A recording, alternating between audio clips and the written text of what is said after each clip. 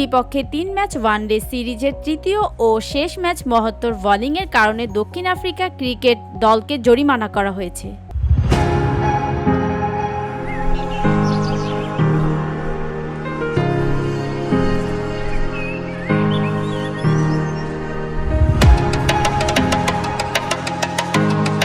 সাউদাম্পটনে অনুষ্ঠিত ম্যাচে নির্ধারিত সময় একটি ওভারকাম বোলিং করায় দক্ষিণ আফ্রিকা দলের ম্যাচ ফিরের ৫% জরিমানা করা হয়েছে।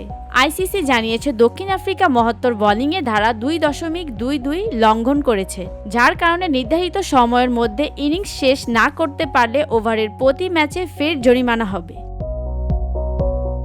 দক্ষিণ আফ্রিকার অধিনায়ক টেম্বা বাবুমা অপরাধ স্বীকার ও শাস্তি মেনে নেন, তাই আনুষ্ঠানিক শুনানি হয়নি।